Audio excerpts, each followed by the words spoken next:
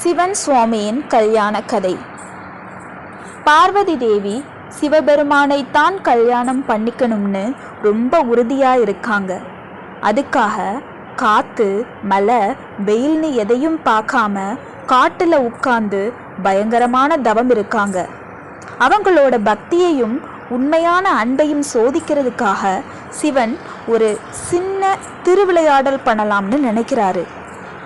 சிவன் ஒரு வயசான பிராமணர் வேஷத்துல பார்வதி தேவி தவம் செய்யற இடத்துக்கு வராரு.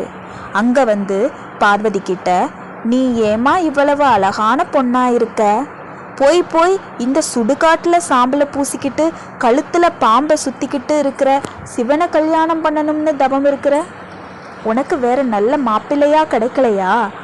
அவன் ஒரு பித்தன் அப்படின்னு சிவனை பத்தி ரொம்ப தப்பு தப்பா பேசி கலக்க பார்க்குறாரு.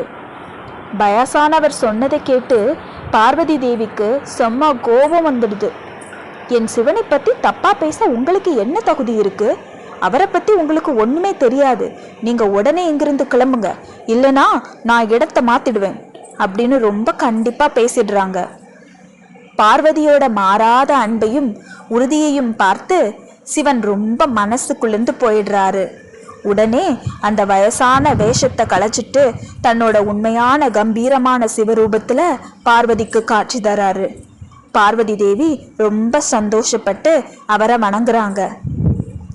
அதுக்கப்புறம் சிவபெருமான் பார்வதியோட அம்மாவையும் அப்பாவையும் சந்திச்சு முறைப்படி பெண் கேட்கிறாரு.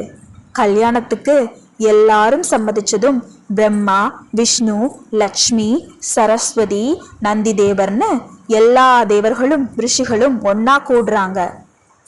ரொம்ப பிரம்மாண்டமா கோலாகலமா சிவன் பார்வதி திருக்கல்யாணம் நடக்குது.